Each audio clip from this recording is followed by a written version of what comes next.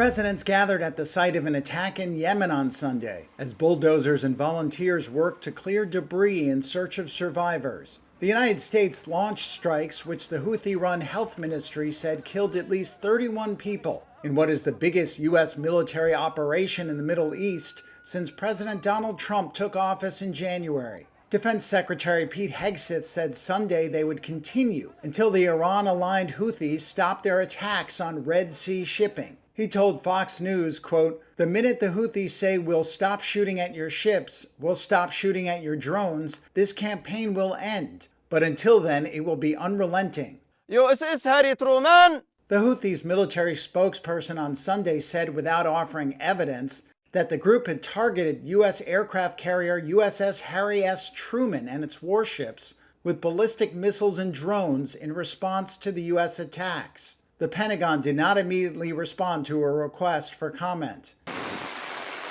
U.S. Central Command released footage on Saturday showing fighter jets taking off from an undisclosed location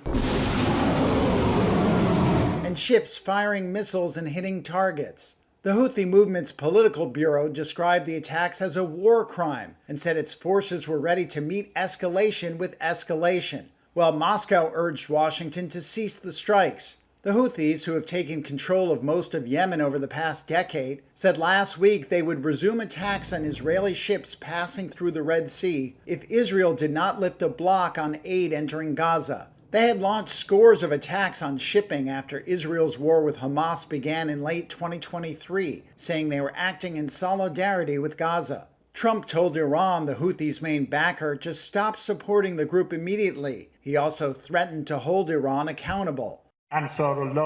While Iran condemned the U.S. strikes and the commander of its Revolutionary Guard said the Houthis make decisions on their own. The United States has carried out a wave of airstrikes targeting the Houthi rebels in Yemen.